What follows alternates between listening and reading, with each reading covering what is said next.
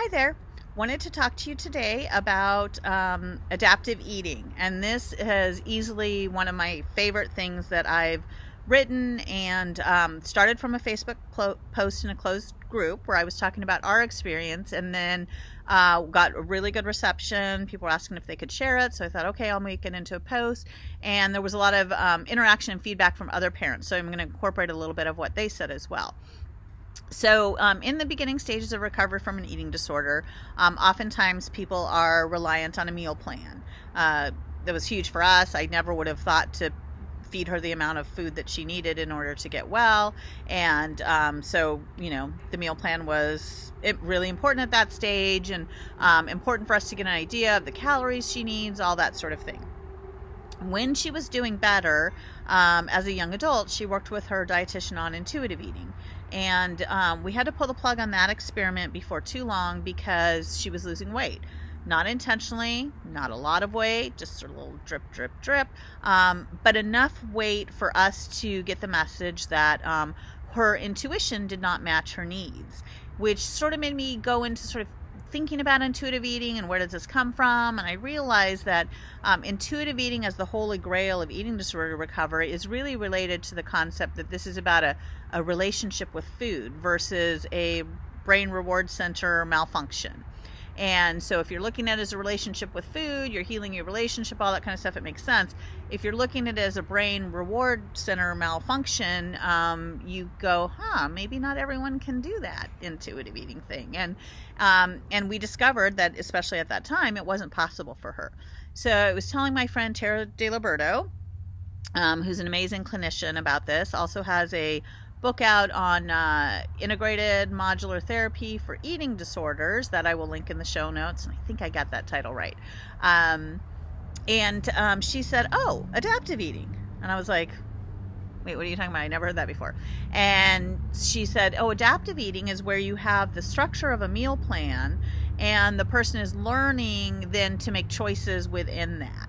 And so what that looked like for us is, sort of eating at night and eating first thing in the morning are pretty important, because for someone with an eating disorder, or specifically in this case, we're talking about my daughter had low weight anorexia, the empty stomach is sort of a siren song to more restriction. There's a euphoria, productivity associated with it, and so you don't want that to happen. So eating pretty soon upon waking is pretty important.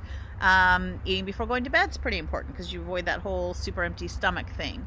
And eating regularly, also important.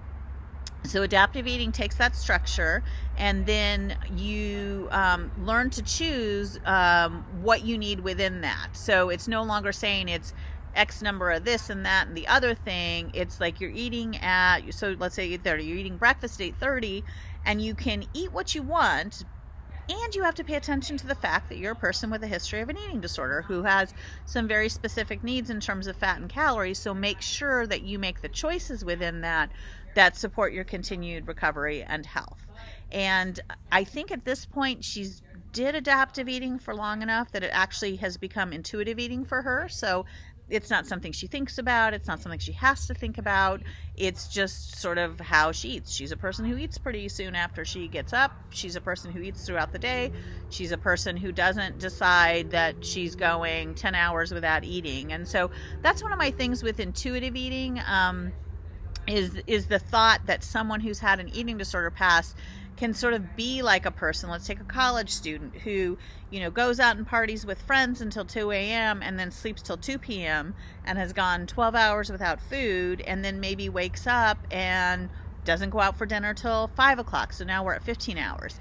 That's not reality. And I don't think that's relapse prevention. I don't think that's possible for most people. So I really like adaptive eating as either a bridge or a permanent way of eating that is more normalized and also more effective. And so there's that part. And then I wanted to touch on one thing that came out in the comments that I thought was just really genius. Was somebody who had their maintained their weight for a long time, discharged, still on the meal plan, fairly high calorie meal plan that they had at treatment, and is sort of now maybe doesn't need to eat that much, sort of thing. And so what the dietitian came up with, instead of just sort of lowering the meal plan, was keeping the meal plan the same. And the thing that can change now is maybe not finishing every meal. So getting in touch with a little bit more the hunger cues if those are coming back. And so the example that was used was still having a breakfast with 3 eggs, a couple pieces of toast, some bacon, a glass of milk, all that sort of great healthy breakfast. And instead of having to eat every last bit of it, maybe now is able to leave a bite or two. So to sort of, as you're start feeling full, that sort of thing, now you're allowed to sort of listen to that cue and decide when you want to put down the fork. And it doesn't mean that now all of a sudden you eat a quarter of the meal, because that's not going to work.